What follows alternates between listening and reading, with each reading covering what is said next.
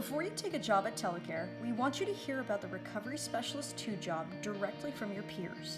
We hope this will help you understand the role of Recovery Specialist 2 a bit better and see what impact it has in people's lives.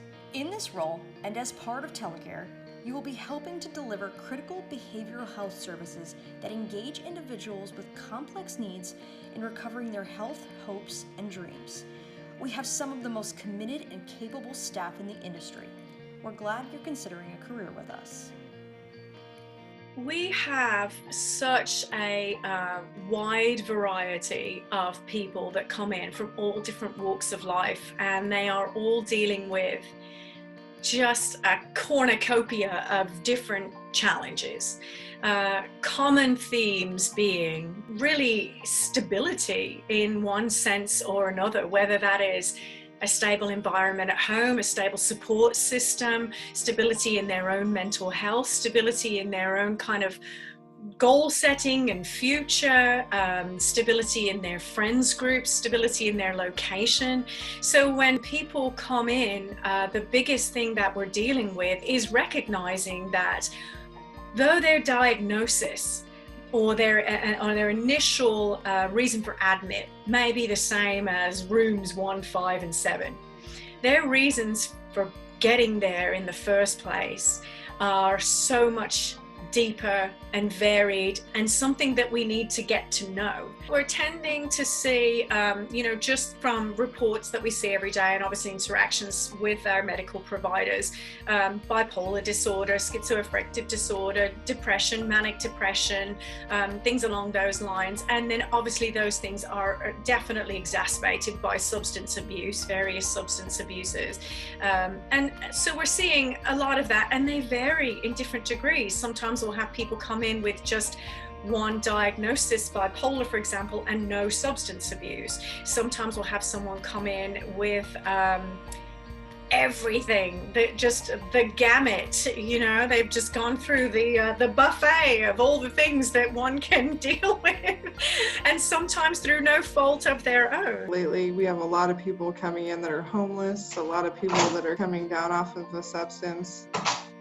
We have a lot of people who really don't want to live, and we try our best and do what we can to maybe change those thoughts and make them feel better about themselves.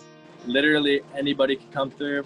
You don't know where a person's grown up, so you might get somebody that is super racist and you're gonna have to deal with that, or somebody that does like to use he, her pronouns, but they may have been born a female. Everybody's working on something. Everybody's in a different part of their recovery. It's a really big role, that first face. I'm here for you. You're gonna see me a lot, and I'm linking arms with you, and I'm here for you to go through this journey. I've kind of learned it's a lot of just letting them know that like you're there for them, trying to get things done for them in a timely manner, because they don't have the access exactly to all their shower stuff. They don't have access to snacks. They don't have access to drinks at the time. They don't have access to crayons if they're in the nursing station. Like, that's something that we have to get to them. And for me, like, if I'm in the middle of cleaning a bathroom and somebody asks me, hey, can I get a cup of coffee? I'll drop everything that I'm doing at that moment and go into the kitchen and grab them a cup of coffee, just so that they know that like I'm gonna go back to doing my job, but they are my top priority while I'm there. Being there for them in a whole is how I think plays the best part in their recovery, because I'm not the one setting up what's gonna happen for them afterwards. I'm focusing on here and now. The nurse before, the charge nurse goes over the shift before, if anything happened with people, and how they slept, because I work day shift. If they took their meds, if they're having any problems, if they've escalated, or if there've been any assaults, then usually one of the leads goes to the other lead and does the environmentals, because we are in a locked facility. We got to make sure the doors are all locked, and there's no contraband on the patio, in their rooms. We serve breakfast, we get all their vitals done, treatment team, and then we take them to telepsych and we encourage them to go to telepsych every day to talk to the psych provider to make sure they're sleeping, their meds are working, their mood stabilizing. We try to do some groups. We have lunch, try to do more groups, and now we're getting like the clinical team is getting involved in the groups so that they can go over core procedures. We have a set assessment lady that'll come down and assess them to see if they need to go to like a co-occurring facility when they leave. They like to watch movies sometimes or play bingo. We have a patio that we have access to almost all the time, and we'll go out there with them so they can get exercise, just fresh air, not feel so confined. Try to keep them busy and keep them focused on, they're here to work on themselves.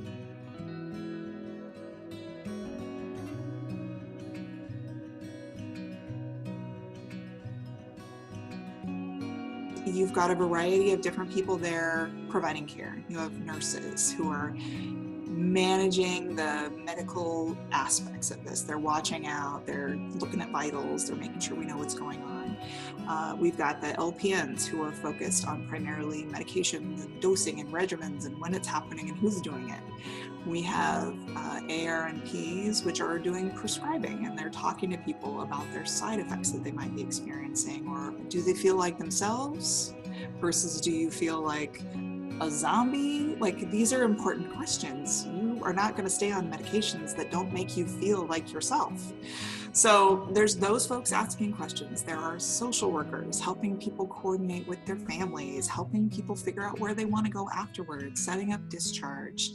There are clinical directors coming in and talking about large thematic treatment modalities, talking about how we're going to move together as a team. There are treatment teams going on all the time. There are briefings and meetings going on all the time. But as an RS, what you're going to see is your world really exists in the living room, as it were, in the day room, some people say. To see somebody stabilize and recover. They could come in here like almost catatonic and walk away the happiest person in the world, and then they don't come back. You know, they don't need the care anymore. I went just to the local Walmart a couple weeks ago and saw a guy that we had at the unit like 3 months ago, and it was exciting because he's functioning in society now. The clients keep me going. Like the little bit of satisfaction that always keeps me going. I can have maybe a client that's literally a few months ago throwing chairs at me, but then there's that one client on the milieu at the same time that appreciates everything that I do for them. And so when I see these people get better, when I see them able to start taking care of themselves, or just like, it's a transformation, and it's so beautiful. And when you can get them to finally buy in to, it's okay to have mental health issues. There's such a stigma out there, and so it's okay. Or sharing life experiences, so that way they are like, oh, well, wait a second, I'm not alone in this. Clients. That's gonna be my answer every single time, is the clients. I don't always like the rules. I don't always like the things that I have to do. I don't always like wearing my goggles. That the little rewards that you get from clients those are the things that you kind of have to focus on and bring the most reward out of.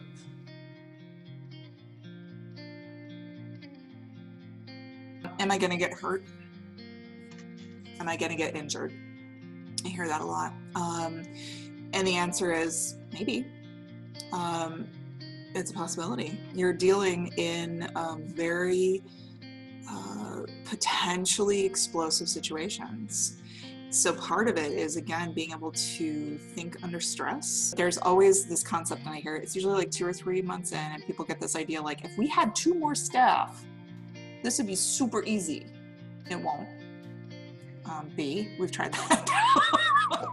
That's not the fix. What the fix becomes is, how do we see this as the work we're doing? How do we understand that acute is always going to be rocking and rolling? There's always going to be somebody new. There's always going to be something fascinating. And there's always going to be somebody having the worst day of their life. It doesn't ever just become this calm sea. And we go through phases, and it's really interesting to watch teams go through all the stages of team development, right? But when you get a team that is like locked and loaded and they are really tight and they get it, and they can talk freely to each other and they got each other's backs, like you see something really different happen. And suddenly they start really getting on board with the conversation of how do we get to yes. If you want to, just go and punch a time clock, this is not going to be the thing for you. People that are interested in fighting, people that are interested in putting their hands on other people, people who get off on responding with violence, is not going to be your shtick. It's not going to work out. We are moving with every beat of our hearts, with every new program, with every movement forward, to figuring out how do we make the least restrictive interventions work. How do we keep people out of situations where more of their power is taken away? We are trying to help people be successful outside of a locked situation. We want you to be able to do things that help you survive in the real world. They were very upfront, and I really appreciated that, and they were right. But I think that there's a certain element when you get in there that you can't possibly express to somebody until they walk through those doors and that door clicks behind you, and the only way you can get through there is by waving your badge. And now it's real. Now you're on. Now all these people are your charge, basically. You're here to help them, to support them, to be there for them through the good and the bad. And they might try to hurt you. They might not, but they might. I've watched a lot of people come in, and they're coming in for a paycheck. And I personally, yes, I'm there to get paid, obviously, it's my job. But at the same time, if I didn't care about the clients, I wouldn't be there. Don't try to be there for a paycheck, because you're going to end up hating your job. You're going to end up maybe freaking out on the client, not being able to keep your cool. Really just make sure that you're wanting to help. Always keep your guard up. Expect anything to happen. Hope for the best, expect the worst, kind of thing. I want to say get better, but it's not get better. It's learning the tools to continue on a path that's better for you. So I think a lot of times when we hear the recover or recovery, people like to jump to the conclusion I'm there, I've made it. But every single day, I'm not there. And I'm way far from being there. And so recovery is, for me, it's what processes can we put in place for you to continue to be a better person every single day?